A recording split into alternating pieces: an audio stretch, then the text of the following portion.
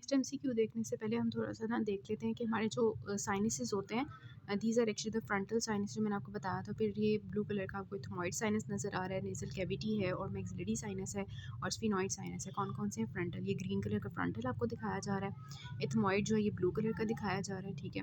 Maxillary आपको ये purple colour का आगे की तरफ दिखाया जा रहा है और स्फिनॉइड जो होता है ये पीछे करके होता है, ठीक है।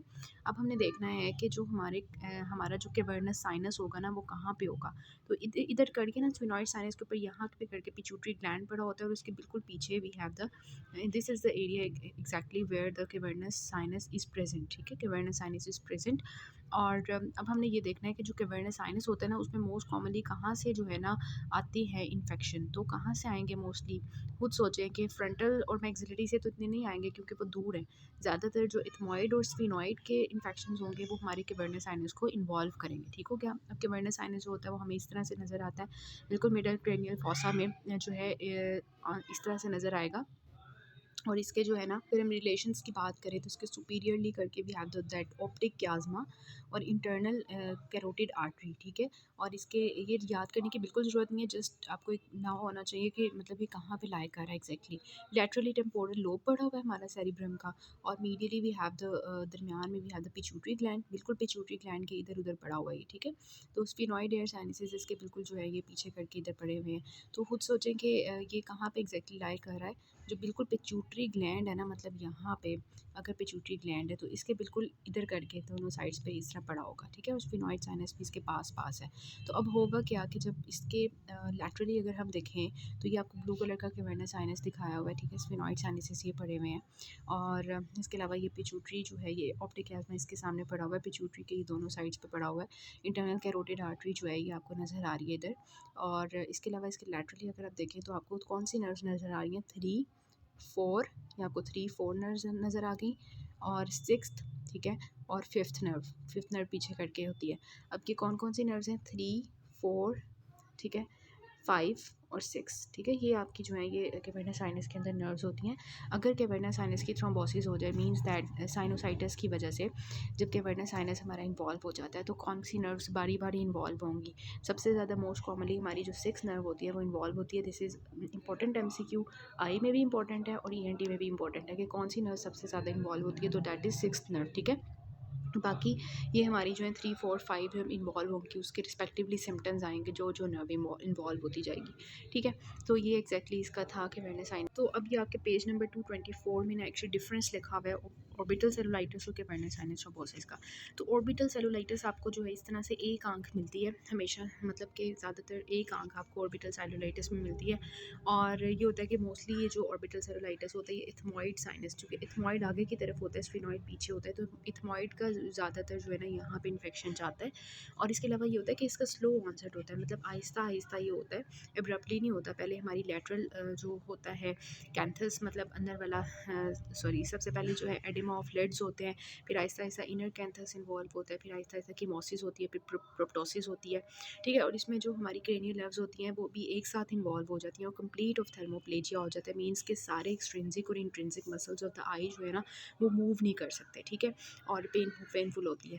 और एक आँख जो है मोस्टली में इन्वॉल्व होती है। तो ये करेक्टरिस्टिक चीज़ें होती हैं ऑर्बिटल सेलुलाइटिस की। This is very important to diagnose in your scenario these things. ये आपको टेबल बना हुआ है 38.3, तो इसमें इन्होंने डिफरेंस बताया हुआ ऑर्बिटल सेलुलाइटिस। अब ये देखें ये कैवर्नस साइनस थ्रोम्बोसिस का बनता है, तो कितना डिफरेंस है ना। उसकी आँख देखें और इसकी आँख देखें, दोनों आँखें इसकी स्वेलो हुई हैं कैवर्नस साइनस थ्रोम्बोसिस वाले पेशेंट की। और ये जो इन्फेक्शन होता है ये हमारे नोज़ से, साइनसिस से, ऑर्बिट से, ईयर से, फेयरिंग से कहीं से भी जा सकता है। और वो जो था ना ये वाला ऑर्बिटल सेलुलाइटिस का ये थोड़ा सा स्लो था, ठीक है। लेकिन ये जो है ना एब्रप्ट ऑनसेट होता है, एकदम से हाई फीवर चिल्स टॉक्सीमिया में पेशेंट चला जाता है, बिल्कुल बुरी हालत होती है पेशेंट की, ठीक है। और आहिस्ता आहिस्ता नर्व्स इन्वॉल्व होती है, मैंने आपको बताया आहिस्ता आहिस्ता करके, ठीक है। और दोनों आंखें जो है इसमें इफेक्ट होती हैं। So there is a huge difference between the two. और कैवर्नस साइनस थ्रोम्बोसिस का आपको जो है थोड़ा सा एटियोलॉजी का बताया हुआ है बुक में कि इथमॉइड और स्फिनॉइड साइनसेस जो होते हैं उनमें से मोस्टली जाता है और फ्रंटल ऑर्बिटल में वगैरह से कम ही जाते हैं इन्फेक्शंस। और ये होता है कि इसमें वॉल्वलेस नेचर ऑफ वेन्स होती है जिसकी वजह से ईजिली जो है ना हमारा इन्फेक्शन कैवर्नस साइनस में स्प्रेड कर सकता है। क्लिनिकल फीचर उन्होंने ये बताया बताया हुआ है कि चिल्स राइगर्स होंगे और 3, 4th और 6th नर्व इन्वॉल्व हो जाती हैं। इसके अलावा 5th नर्व इन्वॉल्व हो जाती है।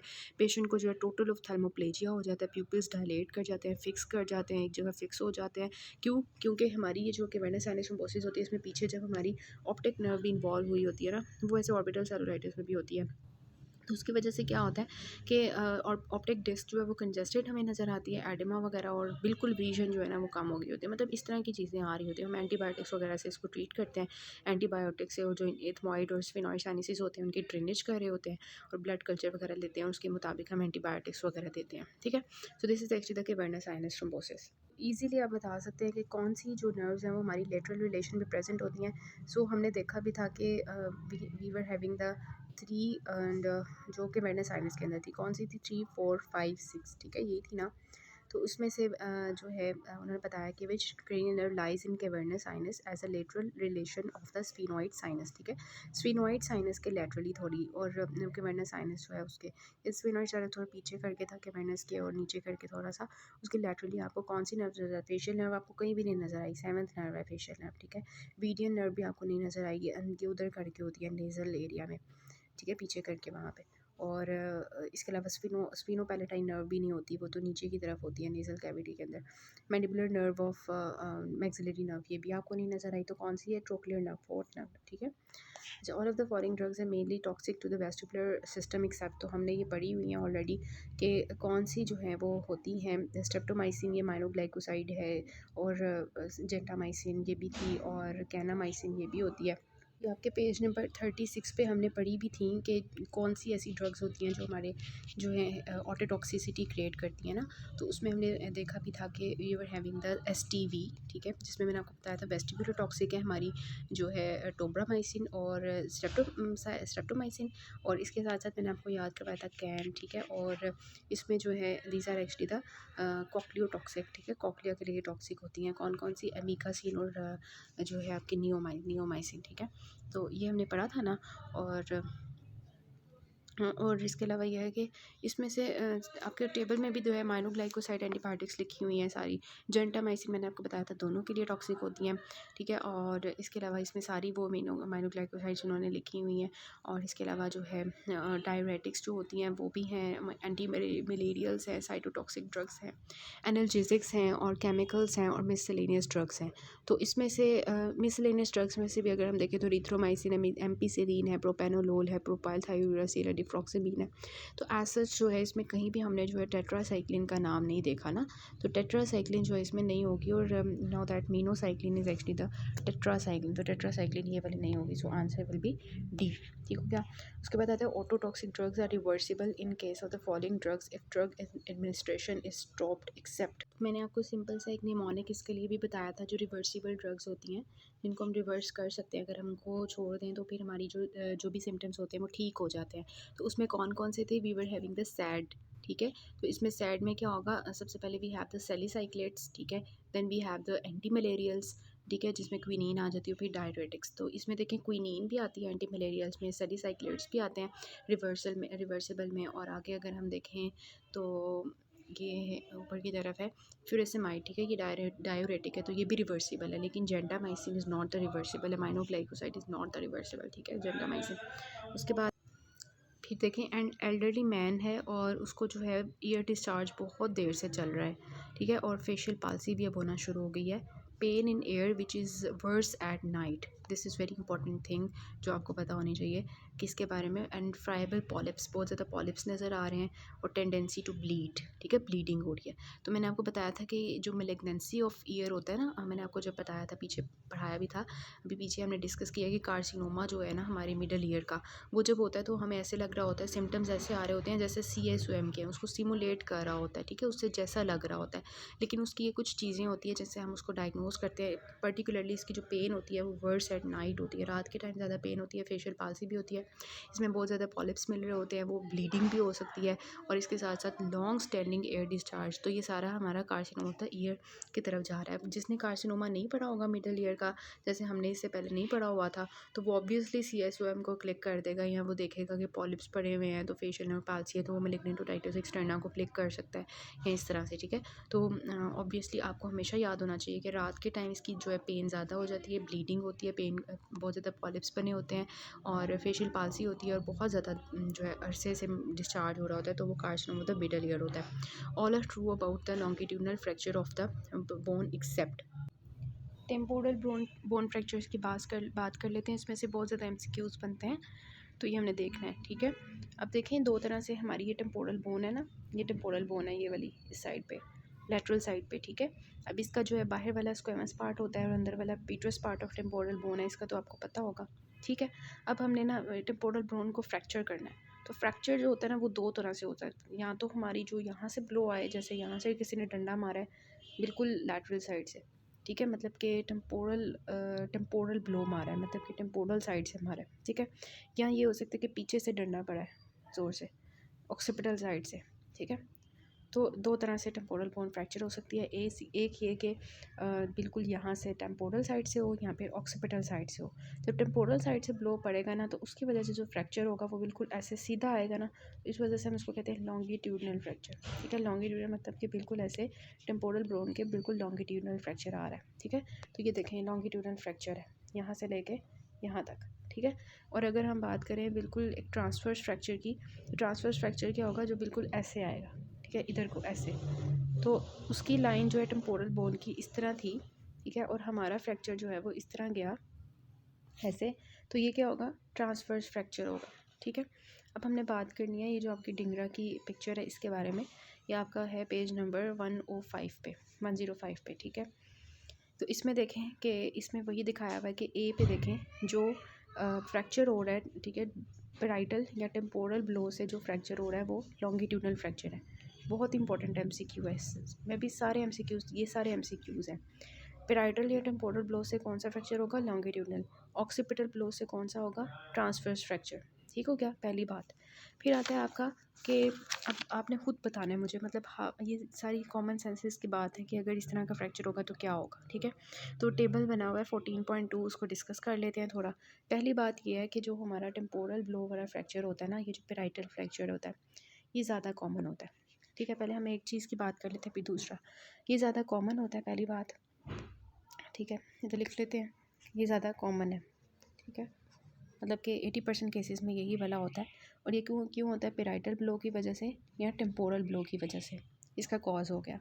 फिर ये होता है कि जो हमारा फ्रैक्चर लाइन होती है वो रन करती है parallel to the long axis of the petrous part of temporal bone, ठीक है। पीटरस पार्ट अंदर है ना, उसके लॉन्ग एक्सिस, मतलब कि लॉन्ग एक्सिस के अराउंड जो है मूव करेगी। Squamous part of temporal bone, मतलब बाहर की तरफ जो squamous part of temporal bone है वहाँ से स्टार्ट करेगी और कहाँ पे ख़त्म होगी, ये देखें, ये वाला जो है ना बिल्कुल अंदर वाला, ये जो बिल्कुल अंदर की तरफ होता है ना वो लैसरम होता है, फोरामेन लैसरम होता है, ठीक है। और जो इधर करके होगा ना, यहाँ पे करके, वो फोरामेन होगा आपका स्पाइनोजम, ठीक है। स्पाइनोजम बिल्कुल एक छोटू सा सुराख सा होता है, तो वो इस साइड पे करके होता है, ठीक है। तो ये आपको सबसे पहले पता होना चाहिए कि हमारे फोरामेन क्या कहाँ पे हैं। तो अब ये जो बिल्कुल अंदर की तरफ है हमारी, यहाँ से जो है लॉन्गिट्यूडनल फ्रैक्चर स्टार्ट हो रहा है squamous part of temporal bone, long axis of Peters part of temporal bone से जा रहा है, और हमारा ये जो फोरामेन लैसरम है यहाँ तक ये फ्रैक्चर लाइन जा रही है, तो समझ आ गई। उसके बाद ये होता है कि इसमें से ना ब्लीडिंग बहुत होती है, मतलब देखें ब्लीडिंग यहाँ से जो है, यहाँ पे ऐसे फ्रैक्चर होगा ना तो ब्लीडिंग यहाँ से शुरू हो जाएगी कान के अंदर से, ठीक है। ब्लीडिंग जो है वो कॉमन होती है इसमें, क्यों होती है। अब ये देखें इसके नीचे हमारा बिल्कुल जो है ना, ये जो लाइन है फ्रैक्चर लाइन, यहाँ पे इसके नीचे हमारा मिडल ईयर, एक्सटर्नल ईयर, वो सारा पड़ा हुआ है, एक्सटर्नल ईयर, मिडल ईयर सारा पड़ा हुआ है, ठीक है। तो अब ये टैगमैन है, मतलब छत है हमारी किसकी, हमारे ईयर की, ठीक है, हमारे कान की छत है ये, जहाँ से ये फ्रैक्चर हो रही है। टैगमैन टिम्पन है, आपको पता है कि हमारा हमारा जो है कान की छत होती है, ठीक है। तो अब ये यहाँ पे मिडल ईयर भी डैमेज होगा और एक्सटर्नल ईयर भी डैमेज होगा और टिम्पैनिक मेम्ब्रेन भी, ठीक है। तो यहाँ पे क्या क्या चीज़ें डैमेज होंगी, हमारी टिम्पैनिक मेम्ब्रेन डैमेज होगी, टैगमेंट टिम्पनाई डैमेज होगा, हमारे ऑसिकल्स डैमेज होंगे, ठीक है। और ऑब्वियसली जब मिडल और एक्सटर्नल ईयर में प्रॉब्लम आएगी तो कौन सा हियरिंग लॉस होगा, कंडक्टिव हेयरिंग लॉस, ठीक है, कंडक्टिव हेयरिंग लॉस। और इसमें जो वर्टाइगो होता है वो नहीं होता, क्योंकि इसमें सिर्फ हमारी जो एक्सटर्नल और मिडल ईयर इन्वॉल्व हो रहे हैं, और ये होता है फेशियल नर्व भी यहाँ पे इतनी डैमेज नहीं होती, लेस कॉमन होती है। तो this is also important MCQ कि फेशियल नर्व इसमें कॉमन डैमेज नहीं होती, और अगर डैमेज होगी तो खुद सोचें किस में होगी। मैंने आपको फेशियल नर्व का सारा कोर्स बताया था, जो हमारे मिडल ईयर में फेशियल नर्व होगी वही डैमेज होगी ना। तो मिडल ईयर में कौन सी होती है, उसका टिम्पैनिक पार्ट होता है, हॉरिजॉन्टल पार्ट होता है, तो वो ज़्यादातर यहाँ पे डैमेज होता है distal to the geniculate ganglion. Obviously no that geniculate ganglion के बाद ही हमारा टिम्पैनिक सेगमेंट स्टार्ट हो जाए तो हॉरिजॉन्टल सेगमेंट होता है। ठीक है, ये सारी बातें थी हमारी जो स्क्वेमस से यहाँ जो पैराइटल फ्रैक्चर हो रहा था। दूसरा होता है हमारा ऑक्सीपिटल फ्रैक्चर। खुद सोचें कि एक जो फ्रैक्चर हो रहा है वो लाइन इस तरह से आ रही है ट्रांसफर्स करके, और ये देखें किस किस को चीज़ें, मतलब सबसे पहले हम कहते हैं कि इतनी कॉमन नहीं है, ये इतनी कॉमन नहीं है पहली बात, जैसे वो कॉमन थी लॉन्गिट्यूडनल वाली। यहाँ पे ऑक्सीपिटल ब्लो की वजह से फ्रैक्चर हो रहा है, वहाँ पे क्या किसकी वजह से हो रहा था, पेराइटल ब्लो की वजह से या टेम्पोरल ब्लो की वजह से। यहाँ पे जो फ्रैक्चर लाइन होती है ना वो हमारे कहाँ से स्टार्ट होती है, फोरामेन मैग्नम। ये आपको बड़ा सा मैग्नम नज़र आ रहा है, ये वाला, ये फोरामेन मैग्नम है। ठीक है, यहाँ से ये स्टार्ट होती है फोरामेन मैग्नम या जूगुलर फोरामेन इसके पास होता है वहाँ से, और फिर जाती कहाँ तक है, ये फोरामेन स्पाइनोजम तक। ठीक है, फोरामेन स्पाइनोजम तक। ठीक है, ये हो गया। इसके अलावा ये होता है ऑब्वियसली ये हमारे इनर ईयर को डैमेज करेगी ना, ये इनर ईयर बिल्कुल इन्होंने बना के भी आपको दिखाया हुआ है सारा इनर ईयर, इसको ये डैमेज करेगी, और हमारी जो मतलब मिडल ईयर की कोई चीज़ डैमेज नहीं होगी। इसके अलावा इसमें ना ब्लड इतना नहीं, मतलब इसमें से कान में से ब्लड आएगा, इसमें से कान में से ब्लड आएगा नहीं, आएगा ना, क्यों, क्योंकि मिडल ईयर और एक्सटर्नल ईयर तो डैमेज हो नहीं रहा है, इनर ईयर डैमेज हो रहा है, और टिम्पैनिक मेम्ब्रेन भी नहीं फटी, और मतलब हमारी टिम्पैनिक मेम्ब्रेन टूट फटेगी तो हमारे कान में से खून आएगा ना। तो अब वो जब वो रप्चर हुई नहीं है टिम्पैनिक मेम्ब्रेन, तो कैसे ब्लड आएगा कान में से, वो सोचने की बात है। ये हो गया। उसके अलावा ये होता है कि हमारी ऑब्वियसली इनर ईयर डैमेज हो रही है, तो यहाँ पे हमारी क्रेनियल और एड डैमेज होगी, हमारा लेब्रन डैमेज होगा, तो ऑब्वियसली पेशेंट को सेंसोरी न्यूरल हेयरिंग लॉस होगा, ना कि कंडक्टिव हेयरिंग लॉस। ठीक है, और इसके अलावा ये होता है कि हियरिंग लॉस इसमें बहुत ज़्यादा सीवियर हो जाता है, क्योंकि हमारी एट नर्व भी ख़त्म हो गई है, और इसमें फेशियल नर्व की पैरालिसिस भी बहुत ज़्यादा कॉमन होती है, बहुत ज़्यादा कॉमन होती है। This is very important MCQ कि फेशियल नर्व किस में डैमेज ज़्यादा होती है, तो इसमें तो नहीं डैमेज होती है, जो हमारा ये वाला फ्रैक्चर है इसमें फेशियल नर्व डैमेज होती है। और कौन सी डैमेज होगी, ऑब्वियसली जो हमारा लेब्रिंथ वाला पार्ट होगा या मेटल वाला पार्ट होगा। मैंने आपको उसका सारा कोर्स बताया था कि पॉन से जा रही थी, ठीक है, और फिर पॉन से हमारा मीटल सेगमेंट आया था, इंट्राक्रेनियल सेगमेंट था, फिर इंट्राटिम्पैनिक सेगमेंट था, जिसमें पहले मेटल सेगमेंट था, फिर लेब्रेंथाइन सेगमेंट था, फिर हमारा जो है वो अंदर की तरफ जाके वो हमारा मैस्टोइड सेगमेंट था। सबसे पहले वो था हॉरिजॉन्टल जो टिम्पैनिक सेगमेंट था, फिर हमारा जो है वो मैस्टोइड सेगमेंट था ना, वर्टिकल वाला। तो ऑब्वियसली फेशियल नर्व जो है यहाँ से डैमेज होगी, और मोस्ट कॉमनली जो फेशियल नर्व 50% केसेस में डैमेज होती है वो हमारे इधर से ही होती है, और obviously proximal to the geniculate ganglion, geniculate ganglion से पहले फेशियल नर्व यहाँ पे डैमेज होती है। ठीक हो गया, ये सारा था। इसके बाद MCQ खुद सॉल्व कर सकते हैं कि लॉन्गिट्यूडनल फ्रैक्चर मींस के आपकी जो फ्रैक्चर हो रहा है वो कहाँ से हो रहा है, आपकी उधर से हो रहा है ना, पीट्रस पार्ट ऑफ टेम्पोरल बोन, उधर से, क्या नाम है, पेरोटिड कह रही हूँ, जो आपका है पेराइटल ब्लो या टेम्पोरल ब्लो से हो रहा है ना, तो उसकी वजह से क्या होगा, फेशियल नर्व की पाल्सी कम होगी ना, क्योंकि मैंने बताया था कि ट्रांसफर से ज़्यादा होती है, और साइड से ब्लो होता है, बिल्कुल ठीक बात है। कंडक्टिव हेयरिंग लॉस होता है, बिल्कुल ठीक बात है कि हमारा एक्सटर्नल और मिडल ईयर डैमेज होता है। ठीक है, लेकिन ये वाला जो है इसमें के लॉन्गिट्यूडनल फ्रैक्चर जो है वो लेस कॉमनली होते हैं, दैन नहीं, लॉन्गिट्यूडनल फ्रैक्चर ज़्यादा कॉमन होते हैं। ठीक है, तो ये वाला इसका आंसर होगा। अब इसमें से आपके पास कोई भी MCQ आता है ना लॉन्गिट्यूडनल ट्रांसफर फ्रैक्चर में, तो आप उसको सॉल्व कर सकते हैं इंशाल्लाह। उसके बाद आता है causes of conductive hearing loss include all except. Conductive hearing loss आपको पता भी है कि ये कब होता है, जब हमारे एक्सटर्नल ईयर या मिडल ईयर में कोई प्रॉब्लम हो। इसके बारे में हमने लेक्चर भी लिया था, तो उसमें ही होता है कि अब देखें ऑटोस्क्लेरोसिस जो है ये हमारी स्टेपिस फुट प्लेट की प्रॉब्लम है, तो ये मिडल ईयर की प्रॉब्लम हो गई। ओटाइटिस मीडिया विद इफ्यूजन ये हमारे मिडल ईयर की प्रॉब्लम है, तो ऑब्वियसली कंडक्टिव हेयरिंग लॉस होगा। अक्यूट ओटाइटिस मीडिया ये भी मिडल ईयर की प्रॉब्लम है, तो ये होगा। काउस्टिक न्यूरोमा जो है it is actually involvement of the eighth nerve, तो ऑब्वियसली उसकी वजह से जो है कंडक्टिव हेयरिंग लॉस नहीं होगा, बल्कि क्या होगा, सेंसोरी न्यूरल हेयरिंग लॉस होगा। ठीक है, उसके बाद सिक्रीटरी ओटाइटिस मीडिया, ये हमने पहले भी पढ़ लिया कि इसको हम मेरिंगोटमी और ग्रोमेट इंसर्शन के साथ ट्रीट करते हैं। ठीक है, इसका मेडिकल ट्रीटमेंट होता है, और इसको हम जो है एंटीवायरल ड्रग से तो ट्रीट नहीं करते। It is not diagnose by the audiological test, ऐसी कोई बात नहीं है, हम जो है ऑडियोलॉजिकल टेस्ट से इसको आइडेंटिफाई कर सकते हैं। ठीक है, मतलब कि हम कंडक्टिव हेयरिंग लॉस वगैरह को देख सकते हैं। Following are the causes of dizziness except. तो डिज़ीनेस के जो कॉजेज़ हैं उनमें से क्या होगा, मीनियर्स डिज़ीज़ में आपको पता है इसमें डिज़ीनेस होती है, वर्टिगो होता है, टिनाइटिस होता है, फुलनेस ऑफ एयर होती है, ठीक है, इस तरह के सिम्पटम्स आ रहे होते हैं। और पुअरली कंट्रोल डायबिटीज़ में भी डिज़ीनेस होती है, ठीक है। और जब डायबिटीज़ कंट्रोल ना हो, मोस्टली मेटाबॉलिक कॉजेज़ जो होते हैं इसमें डिज़ीनेस होती है, पेशेंट को चक्कर वगैरह आते हैं, बहुत ज़्यादा डायबिटीज़ अगर हो जाए ना तो इस तरह से।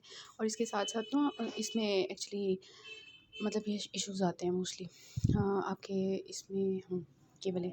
उसके बाद आता है कि जो माइग्रेन होता है उसमें भी, माइग्रेन लिखा होगा ये आई थिंक, इसमें भी होता है कि माइग्रेन जो है इसमें भी क्या होता है कि एक्चुअली पेशेंट जो है उसको इस तरह की जो है वो डिजीनेस फील होती है। लेकिन ये आप खुद भी सॉल्व कर सकते हैं अगर इस तरह के एमसीक्यू पेपर में आता है ना, ओरल अल्सरेशन, किसी को अल्सर बना हुआ है ओरल कैविटी में, तो उसकी वजह से कैसे डिजीनेस होगी, सोचने वाली बात है ना। तो इसका डी होगा।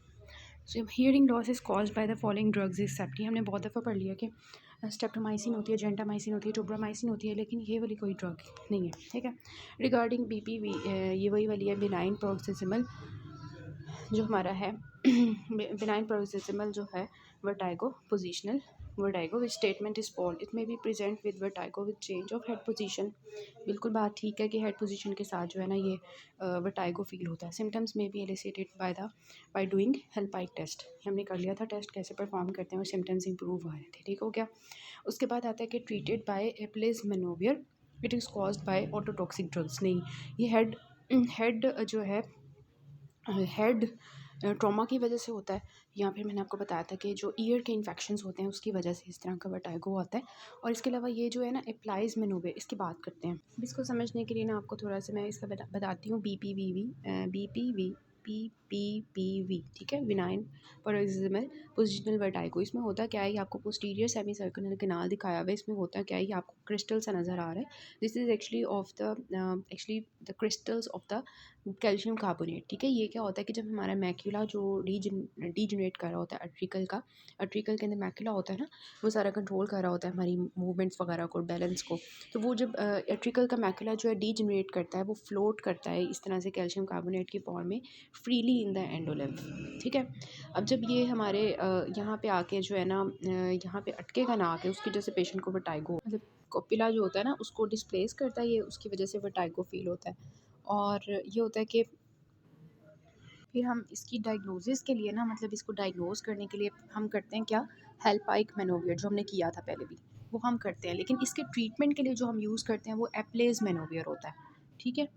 तो इसको परफॉर्म करने के लिए हम 5 पोजीशंस पेशेंट की रखते हैं। सबसे पहली पोजीशन ये वाली होती है जिसमें हम पेशेंट को जो है उसका 45 डिग्रीज तक उसका हेड टर्न करके, उसी तरह जैसे हमने हेल्पाइक में किया था, पेशेंट को इस तरह से लेटाएंगे और उसको जो है ना इस तरह से लेटाएंगे। और फिर जो है क्या करेंगे, उसकी वजह से क्या होगा, पेशेंट को वर्टाइगो होगा, ठीक है। पेशेंट को क्या होगा, वर्टाइगो फील होना शुरू हो जाएगा, इस तरह से वर्टाइगो होगा। तो वर्टाइगो होगा। फिर हम इंतज़ार करेंगे जब तक पेशेंट की जो वर्टाइगो है वो उस पोजीशन में ख़त्म ना हो जाए, ठीक है। वर्टाइगो ख़त्म होने का इंतज़ार करेंगे, फिर हम दूसरी पोजीशन में पेशेंट को लेटाएंगे, ठीक है। मतलब कि 90 डिग्रीज़ पे उस तरफ टर्न करेंगे और इस तरह से करके, तो फिर 30 टू 60 मिनट्स तक 30 टू 60 सेकेंड तक इंतज़ार करेंगे जब तक वर्टाइगो नहीं ख़त्म हो जाता। फिर उस तरह से हमने मतलब दोनों साइड्स पे कर लिया। अब हम क्या करेंगे, पेशेंट को कहेंगे अपनी पूरी जो बॉडी है ना उसको रोटेट करके उल्टा हो जाओ, ठीक है, इस तरह करके। Whole body and the head is now rotated away from the affected ear, ठीक है, जिस साइड पे उससे अवे। फॉर एग्जांपल यहाँ पे कौन सा ईयर इफेक्ट होगा, ये वाला, ठीक है। तो हम पेशेंट को उसके अपोजिट साइड पे जो है ना रोटेट करवा देंगे अपनी बॉडी समेत, ठीक है, और फेस डाउन पोजीशन में लिटा देंगे। अब क्या होगा, दौरान हम मतलब डॉक्टर ही सब कुछ कर रहा होगा। फिर क्या होता है कि हम पेशेंट को बिठा देते हैं, ठीक है, और अनइफेक्टेड साइड पे उसको 45 डिग्रीज पे एंगल पे रोटेट करके इस तरह से बिठा देते हैं। तो ये डिफरेंट पोजीशंस होती हैं। फिर हेड जो होता है उसको हम फॉरवर्ड टर्न करवाते हैं, चिन की तरफ, नीचे की तरफ 20 डिग्रीज। तो इसमें होता क्या है कि अल्टीमेटली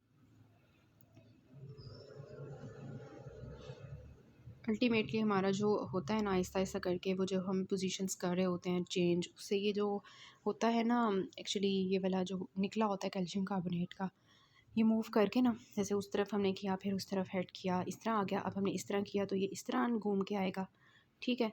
और करते करते हम अब जब सीधे होके बैठेंगे तो अल्टीमेटली वो इस तरह मूव करके चला जाएगा। तो ये होता है कि इसे हम ट्रीट कर रहे होते हैं, actually this is a procedure ये सारा प्रोसीजर था जिससे हम क्या कर रहे थे, पेशेंट को डिफरेंट पोजीशंस में मूव करवा रहे थे ताकि उसका जो वो कैल्शियम कार्बोनेट का बना हुआ है ना क्रिस्टल्स जो बाहर आए हुए हैं डीजनरेट होके, वो एक्चुअली मूव करके ना तो फिर उसकी उसकी पोजीशन चेंज हो जाती है, वो चला जाता है और उससे ये होता है कि पेशेंट की जो वर्टिगो वाली फीलिंग हो रही होती है वो ख़त्म हो जाती है। तो इसको हम ट्रीट किससे करते हैं, याद रखना है, एप्लेज मेनोवेयर से करते हैं। और हम डायग्नोज किससे करते हैं, हेल्पाइक से। ठीक है, तो ये डिफरेंस आपने याद रखना है, हमने दोनों देख लिए। और उसके बाद है with regard to the acoustic neuroma the following statement is true accept.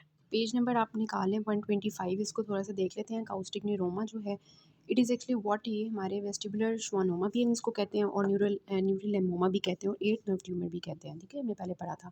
अब ये जो होता है सेरिब्लो पेंटोइन जो हमारे जितने भी एंगल ट्यूमर्स होते हैं उसमें से 80% होता है और 10% ऑल ब्रेन ट्यूमर्स होता है।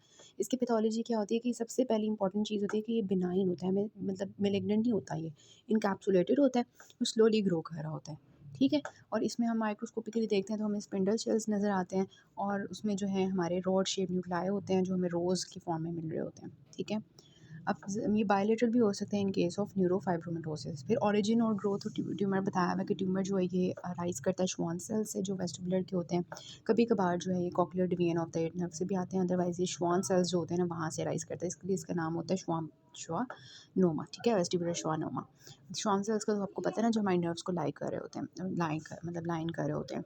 अच्छा, उसके बाद ये है कि रेयरली कभी कभार ये cochlear division of the eight nerve जो होती है वहाँ से राइज करता है within the internal auditory canal. ठीक है, अब इस एज इट एक्सपैंड, जैसे जैसे एक्सपैंड करता है उससे क्या होता है, हमारी कैनाल जो होती है वो वाइट होती जाती है, इरोट होती जाती है और फिर सेरिबेलो पोंटाइन एंगल में ये पैर होता है। यहाँ पे क्या करता है, ये हमारी फिफ्थ नर्व को इन्वॉल्व कर लेता है और वहाँ से हमारी नाइन्थ नर्व, टेंथ नर्व, ठीक है, 11th नर्व सारी इन्वॉल्व कर देता है और Aahista Aahista it causes a displacement of the brain stem, pressure करता है सेरिबेलम पे और रेज कर देता है हमारे इंट्राक्रेनियल टेंशन। ठीक है, लेकिन ये है कि बहुत स्लोली ये ग्रो करता है क्योंकि ये बिनाइन होता है, इसका जो कैप्सूल होता है, और बहुत साल लग जाते हैं अगर इसकी जो है ना ये सारी नर्व्स की इन्वॉल्वमेंट आने में। ठीक हो गया। उसके बाद देखें कि इसकी क्लासिफिकेशन क्या है। हम इसको डिपेंडिंग अपॉन द साइज़ जो है क्लासीफाई करते हैं। ये इंट्रा कैनालिकुलर हो सकता है, मींस दैट कि इंटरनल ऑडिटरी कैनाल जो हमने देखी थी जहाँ पे हमारी फेशियल नर्व थी वहाँ पे हो सकता है। ठीक है, ये इसका स्मॉल साइज़ हो सकता है, मीडियम हो सकता है, लार्ज हो सकता है। स्मॉल में ये 1.5 तक होता है, मीडियम में ये 4 तक जाता है और लार्ज में 4 सेंटीमीटर से ज़्यादा हो जाता है। एज एंड सेक्स की बात करें तो ये ज़्यादातर हमें जो है 40 to 60 ईयर्स में मिलता है और दोनों हमारी जो सेक्सेस होती हैं इक्वली इफेक्ट होती हैं, तो ये थोड़ा सा लेट एज में जाके होता है। कॉक्लियो वेस्टिबुलर सिम्टम्स इसके आते हैं, वो ये कि ये इसके अर्लीस्ट सिम्टम्स होते हैं कॉक्लियो वेस्टिबुलर के, जब ये इंट्राक्नैलिकुलर होता है, हमने कहा ना वहाँ से स्टार्ट होता है इंटरनल ऑडिटरी कैनाल से। क्यों होता है, क्योंकि ऑब्वियसली कैनाल के अंदर ये कॉक्लिया के ऊपर जो है प्रेशर अप्लाई करेगा, या वेस्टिबुलर नर्व के ऊपर प्रेशर अप्लाई करेगा, फाइबर्स के ऊपर और on the internal auditory artery. ठीक है, इनके ऊपर प्रेशर अप्लाई करेगा तो उसकी वजह से सिम्टम्स आ रहे होंगे। Progressive unilateral sensory neural hearing loss, इसकी इंपॉर्टेंट क्वालिटी होती है कि प्रोग्रेसिवली आहिस्ता आहिस्ता करके क्या होता है, एक साइड की जो सेंसोरी न्यूरल हेयरिंग लॉस होती है वो चली जाती है। फिर टेनाइटिस में भी इसमें होता है presenting symptom in the majority of the cases, मतलब टेनाइटिस इसका जो है मेजॉरिटी ऑफ द केसेस में हमें मिलता है। There is mark difficulty in understanding the speech. ठीक है, स्पीच अंडरस्टैंडिंग कर सकता out of proportion to pure tone hearing loss. ठीक है, और कैरेक्टरिस्टिक होती है ऑफ द अकाउस्टिक न्यूरोमा क्या कि ये जो है अंडरस्टैंडिंग स्पीच में प्रॉब्लम आती है। ऑब्वियसली वेस्टिबुलर पोर्शन है, तो वेस्टिबुलर पोर्शन अगर ख़राब होता है तो obviously sensory neural hearing loss में ही हमारी जो स्पीच होती है वो प्रॉब्लम आती है। ठीक है, the feature is characteristic of the acoustic neuroma. उसके बाद वो कह रहे हैं कि सम पेशेंट्स जो हैं उनको सडन हेयरिंग लॉस भी हो जाता है, एकदम से उनकी हेयरिंग लॉस भी हो सकती है, लेकिन हमने ये देखा है कि प्रोग्रेसिवली एक साइड की जो सेंसोरी न्यूरल हेयरिंग लॉस हो रही होती है और टिनाइटिस होता है और स्पीच अंडरस्टैंड करने में प्रॉब्लम होती है। ये इसलिए डिस्कस कर रही हूँ क्योंकि ये हमने चैप्टर डिस्कस नहीं किया हुआ। ठीक है, वेस्टिबुलर सिम्टम्स जो हैं इसके ये होते हैं कि इम्बैलेंस होता है, ऑब्वियसली अनस्टेडीनेस होगी और true vertigo is seldom seen. ठीक है, मतलब कि ट्रू वर्टाइगो नहीं होता, ये मैंने पहले भी आपको बताया था जब हमने इसको मीनियर्स डिजीज़ वगैरह के साथ डिस्कस किया था कि वर्टाइगो नहीं होता। इसकी प्रेजेंटिंग सिम्टम्स क्या होते हैं, अगर इसका सिनेरियो आएगा तो इस तरह से आएगा कि 40 to 60 ईयर्स का जो है कोई भी मेल फीमेल हो सकता है, progressive unilateral sensory neural hearing loss है, उसको एपिसोडिक वर्टाइगो है, मतलब वर्टाइगो सच नहीं है। ठीक है, ट्रू वर्टाइगो नहीं है। मतलब एपिसोडिक वर्टाइगो का कोई नहीं हमारे पास होगा। Mark difficulty in understanding speech जो है वो इसमें होगी। अगर इसके साथ एपिसोडिक वर्टाइगो होगा तो वो मीन ईयर्स में होगा। अदरवाइज़ इसमें यही होता है कि progressive unilateral sensory neural hearing loss होती है, टिनाइटिस होता है और स्पीच में डिफ़िकल्टी आ रही होती है। ठीक हो गया। इसके अलावा क्रेनियल नर्व की इन्वॉल्वमेंट होगी तो फिफ्थ नर्व जो है वो सबसे पहले इन्वॉल्व होती है। This can be your MCQ के सबसे पहले कौन सी नर्व इन्वॉल्व होती है, तो दैट इज़ फिफ्थ नर्व। ठीक है, there is reduced corneal sensitivity, obviously trigeminal nerve होती है, ये हमारी सेंसिटिव नर्व सप्लाई करती है।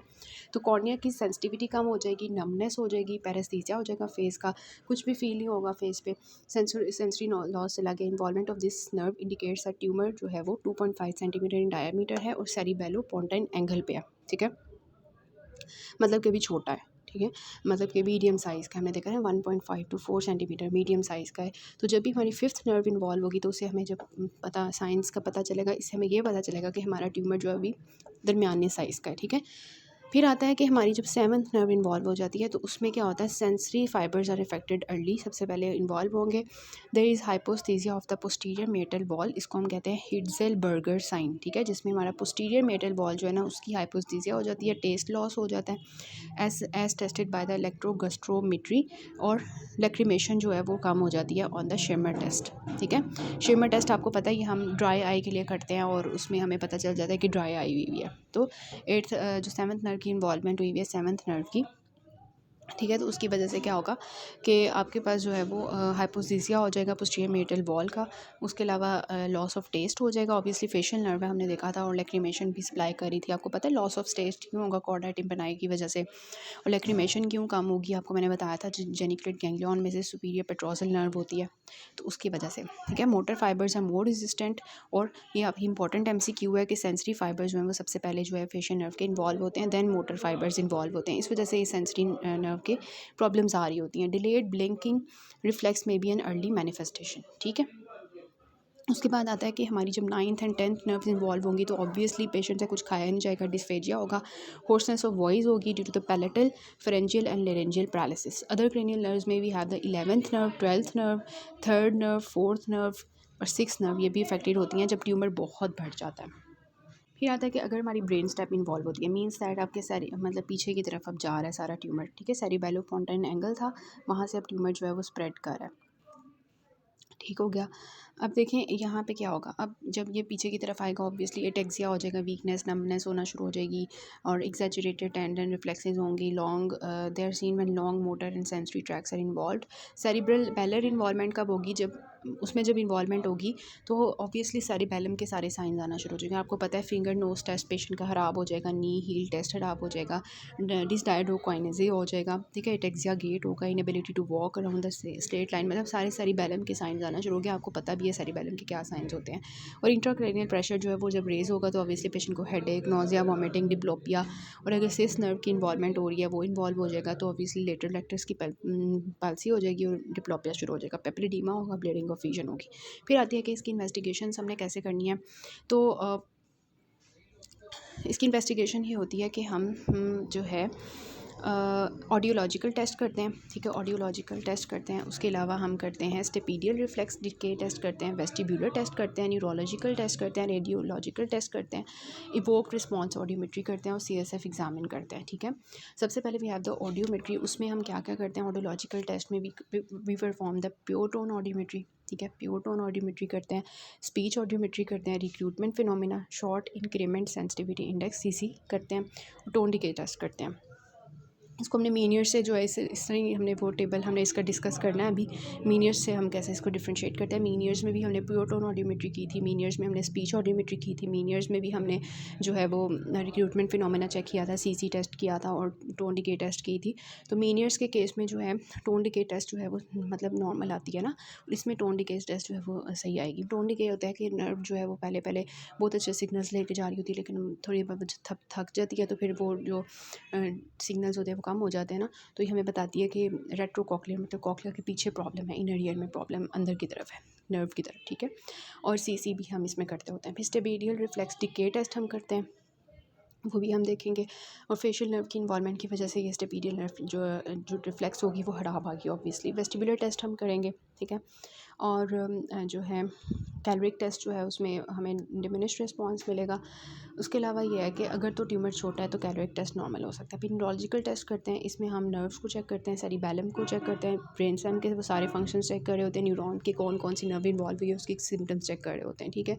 उसके बाद आता है रेडियोलॉजिकल टेस्ट, उसमें हम ऑब्वियसली एक्सरेज करेंगे, ट्रांस ऑर्बिटल्स, डेनवर्स, टोमन्स एंड सब मेंटो वर्टिकल, ठीक है। फिर CT स्कैन करेंगे, MRI करेंगे, गैडोलिनियम कंट्रास्ट करेंगे जो गोल्ड स्टैंडर्ड होता है। इसके लिए इंपॉर्टेंट आपका MCQ भी आ सकता है कि what is the gold standard for the diagnostic और diagnosis of the acoustic neuroma, तो that is MRI with the gadolinium contrast. फिर हम वर्टिब्रल एंजियोग्राफी करते हैं, ठीक है। फिर आता है इवोक रिस्पॉन्स ऑडियोमेट्री बैरा करते हैं। ये हमें बताता है कि बैरा जो होता है ये रेट्रोकॉक्लियर लीजेंस, मैंने आपको बताया था कि हम जब वो डेफ चाइल्ड के लिए भी कर रहे थे तो हमें ब्रेन स्टेम का सारा वो पता चल रहा होता है बैरा से, ठीक है। Brain stem evoke response potential होता है ये। और इसके अलावा जो है CSF एग्जामिनेशन करते हैं, इसमें हमें प्रोटीन जो है वो ज़्यादा मिलती हैं, ऑब्वियसली इंट्राक्रैनियल प्रेशर राइज हो जाएगा तो वो सारा कुछ, ठीक है। Lumbar puncture is usually avoided, protein level वैसे रेज होता है। इंपॉर्टेंट टेस्ट जो इसके लिए होते हैं वो प्योर टोन ऑडियोमेट्री होती है, स्पीच डिस्क्रिमिनेशन होती है, रोल ओवर फिनोमिना होता है, स्टेपीडियल हम डिस्कस करेंगे, स्टेपीडियल रिफ्लेक्स डिके होता है, इवोक रिस्पॉन्स ऑडियोमेट्री होती है, MRI विद कंट्रास्ट होता है जो मैंने आपको बताया कि गैडोलिनियम जो है ये इसका गोल्ड स्टैंडर्ड है फॉर डायग्नोस्टिक, ठीक है। DDs इसके क्या हो सकते हैं, ऑब्वियसली मीनियर्स हम कंसिडर कर सकते हैं क्योंकि, लेकिन ये है कि मीनियर्स में वर्टाइगो हो रहा होता है, ठीक है। अनदर सेरिब्रोपोंटाइन ट्यूमर्स के साथ हम इसको कंसिडर कर सकते हैं, जैसे मेनिंजियोमा है, प्राइमरी कोलेस्टिटोमा है जो कि मैंने आपको बताया था कि कंजेनिटली कोलेस्टिटोमा जो होता है वो इस लेवल पे होता है सेरिबेलोपोंटाइन, तो हम कंसिडर कर सकते हैं कि ये वो है। ट्रीटमेंट इसके क्या करते हैं, सर्जिकली हम इस रिमूवर को, ट्रीटमेंट ऑफ चॉइस का ये है कि सर्जिकली इसको साइज कर दिया जाए, ठीक है। ये MCQ आ सकते हैं, but is a treatment of choice, तो ये सर्जरी है इसकी, ठीक है।